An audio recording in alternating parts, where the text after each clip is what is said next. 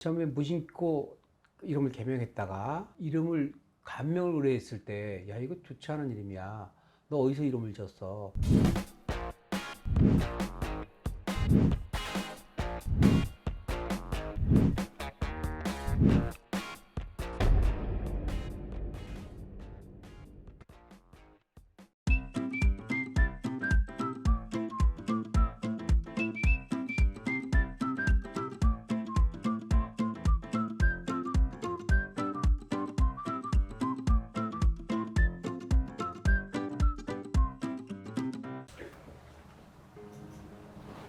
안녕하십니까.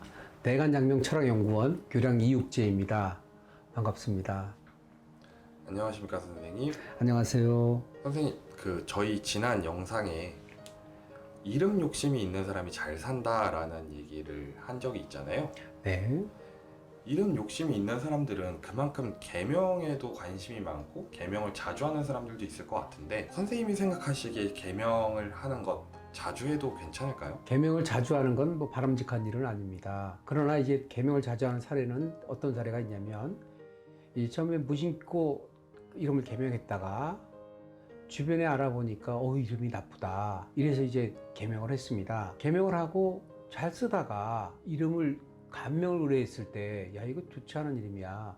너 어디서 이름을 졌어? 혹은 이제 심한 말을 듣는 경우도 있습니다. 너 이렇게 되면 과부돼.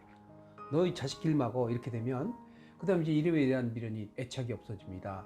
그렇게 돼서 이제 또 개명을 하는 사례. 이렇게 해서 3번까지 개명을 했다가 거기서도 만족이 안 돼가지고 또 바꾸려고 하는 사례가 있는데, 이 법적 개명 같은 경우는 예명 같은 경우하고 법적 개명이 좀 틀린데, 예명 같은 경우는 자주 바꿔 쓸 수가 있습니다.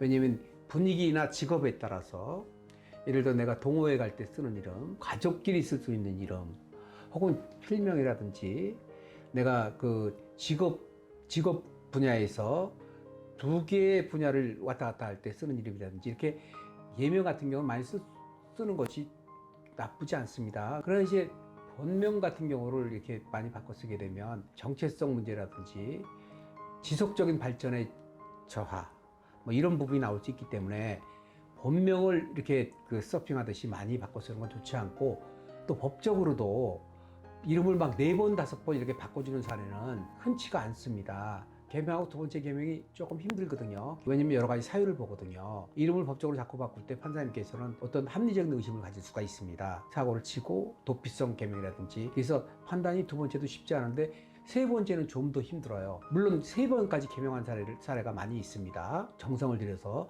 그런데 4번째까지 가는 거는, 그거는 법적으로 볼 때는 큰 문제가 있지 않을까 해서, 정말 허가가 쉽지 않은 그런 부분에 들어 있으니까 이름을 법적으로 많이 바꾸지 마시고, 만약에 정 이름이 마음에 들지 않는다 하면 예명 정도 이렇게 써본 다음에 이름이 조금 안정이 되고 정이 들 때 그때 법적 개명하는 게 좋은데, 다만 알고 계셔야 될 부분이, 이름은 연령에 따라서 선호도가 달라집니다. 내가 20대에 굉장히 만족했던 이름이 30대 들어가게 되면 만족도가 떨어질 수가 있고, 40대로 들어가게 되면 그런 어감이 싫을 수가 있어요. 우리가 사람을 처음 볼 때 굉장히 호감 갖다가도 자꾸 만나면 싫어지는 사람들이 있어요. 나중에 밥 먹는 모습도 싫고 목소리만 들어 싫은 경우 있는 것처럼 이름도 그렇습니다.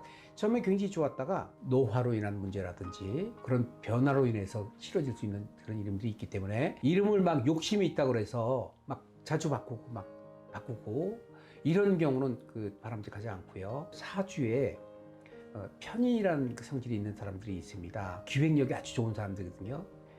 새로운 것들을 만들어내는 걸 강한 사람들인데, 그런 사람들은 이름을 이제 서핑하듯이 이름을 개명을 합니다. 이런 경우도 이제 일명 좋을 것 같지만 좋지 않은 부분이 있기 때문에, 가장 좋은 방법은 개명을 하고자 할 때 명망이 있거나 실력 있는 사람들한테 이름을 받으면 손가락질 받는 이름은 안 짓거든요. 남의 이름이니까 퍼펙트해요, 훌륭해요, 좋은 이름이, 이렇게는 안 해줘도 그 정도면 쓸만합니다. 이건 좋다는 거거든요. 그런 정도의 이름을 받아 쓰시면 재개명할 이유가 확 줄어들거든요. 그러나 이제 그렇지 않고 이렇게 어깨 너머 배웠다든지, 혹은 사주를 고려하지 않고 자기 방식의 이름을 막 줬다든지 하게 되면 후회할 수 있는 부분이 있는데, 이런 장명하는 사람도 이런 부분이 있어요.